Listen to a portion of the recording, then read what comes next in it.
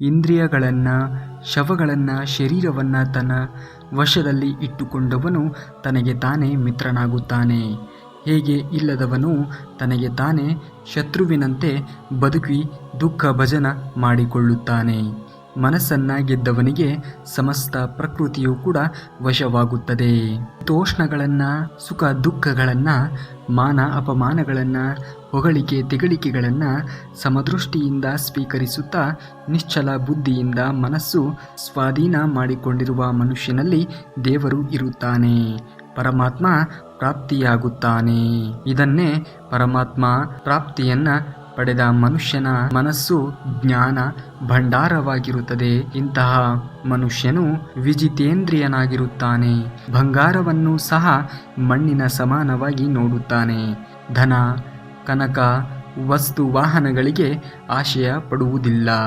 ಶರೀರವನ್ನು, ಮನಸ್ಸನ್ನು, ಇಂದ್ರಿಯವನ್ನು ಸ್ವಾಧೀನ ಮಾಡಿಕೊಂಡು ಆಶಯರಹಿತನಾಗಿದ್ದ ಯೋಗ ಸಾಧಕನು ಯಾರೂ ಇಲ್ಲದ ಏಕಾಂತ ಸ್ಥಳದಲ್ಲಿ ಕುಳಿತು ಮನಸ್ಸನ್ನು ಪರಮಾತ್ಮನಲ್ಲಿ ಲೀನ ಮಾಡಿಕೊಳ್ಳಬೇಕು.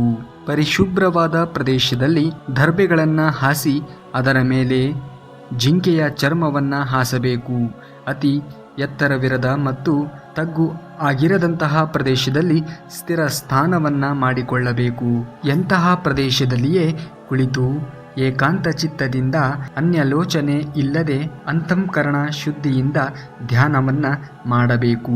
ಶರೀರವನ್ನು, ಕುತ್ತಿಗೆಯನ್ನು, ಶಿರಸ್ಸನ್ನು ನಿಶ್ಚಲವಾಗಿ ನೆಟ್ಟಗೆ ಮಾಡಿಕೊಂಡು ದೃಷ್ಟಿಯನ್ನು ಆ ಕಡೆಗೆ ಈ ಕಡೆಗೆ ತಿರುಗಿಸದೆ ನಾಸಿಕಾಗ್ರದ ಭಾಗದಲ್ಲಿ ನಿಲ್ಲಿಸಿರಬೇಕು.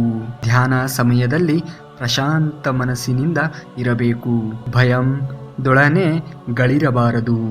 ಬ್ರಹ್ಮಚರ್ಯವನ್ನು ಪಾಲಿಸಬೇಕು.